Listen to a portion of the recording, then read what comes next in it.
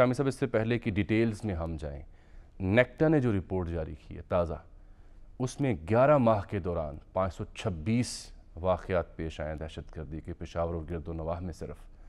اور اس میں 14 خودکش دھماکے ہیں، 410 افراد مجموعی طور پر شہید ہوئے ہیں اور 870 سے زائد زخمی ہیں۔ اس کا مطلب یہ ہے کہ حالیہ چند ماہ کے اندر، بالخصوص سال ڈیڑھ کے اندر دہشت گردی سر اٹھا رہی ہے۔ اس کے کیا محرکات ہو سکتے ہیں، اس پر بھی ہم بات کریں گے، لیکن ابھی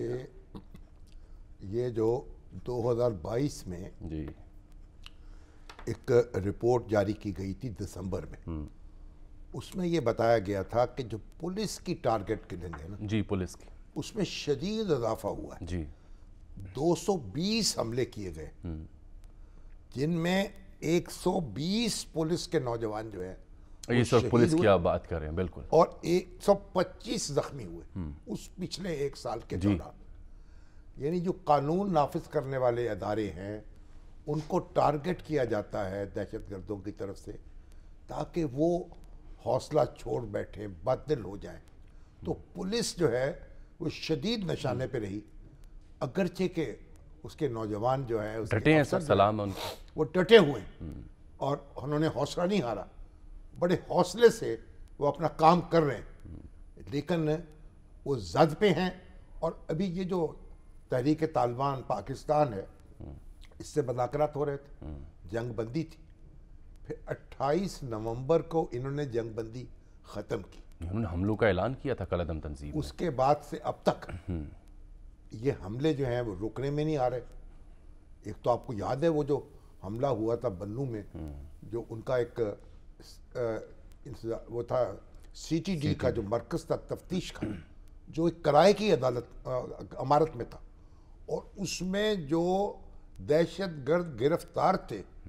انہوں نے ہی قبضہ کر لیا اور قابو کر لیا اپنے گارڈوں کو، محافظوں کو، اور کتنا بڑا ہنگامہ ہوا، کتنا آپریشن کرنا پڑا۔ تو ایک یہ لہر جو ہے وہ بڑھ رہی ہے، اور یہ جو واردات تو ہے، اب آپ دیکھیے یہ تو سر ریڈ زون میں واقعہ ہے۔ یہ جو پولیس لائن کی مسجد ہے، یہاں پہ نماز ظہر کا وقت تھا، مجھے بھی اتفاق ہے پشاور میں ایک وقت ہم رپورٹنگ کرنے گئے، اس مسجد میں نماز ادا کی تھی، اور یہ گورنر ہاؤس اس کے قریب ہے، سرکاری عمارتیں ہیں، سرکاری دفاتر ہیں، آلریڈی یہاں پر سیکیورٹی عام مقامات سے کہیں زیادہ ہوتی ہے۔ لیکن ایک بڑا اہم نقطہ ہے جو آج بار بار اٹھایا بھی جاتا ہے، شامی صاحب، عامر جمیل صاحب بھی ہمارے ساتھ موجود ہیں، سینئر صحافی ہیں، روزنامہ دنیا اور دنیا ٹی وی سے وابستہ ہیں، دن بھر اس افسوسناک واقعے کی کوریج کرتے ہیں، ان سے تازہ ڈیٹیل بھی لیتے ہیں۔ لیکن مسئلہ یہ سر کہ اگر نماز کھڑی ہے اور کوئی نماز پڑھنے آ رہا ہے، اسے کتنا کو روکا جا سکتا ہے؟ نہیں، اصل میں کیسے روکا جا سکتا بات یہ ہے کہ پہلے تو ہم نے محافظ مقرر کر دیے تھے نا، جب دہشت گردی جو تھی اس کی وارداتیں پے در پے ہو رہی تھیں، مسجد میں گارڈ مقرر تھے اور وہ پہرا دیتے ہیں، اور یہ بات اس کی اجازت دی گئی ہے کہ مسجد میں پہرا دینے والے موجود ہوں،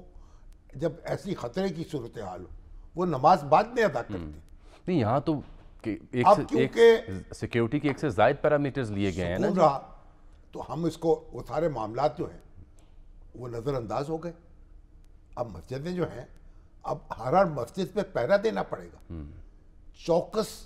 گارڈ مقرر کرنے پڑیں گے تاکہ ان لوگوں کو روکا جا سکے۔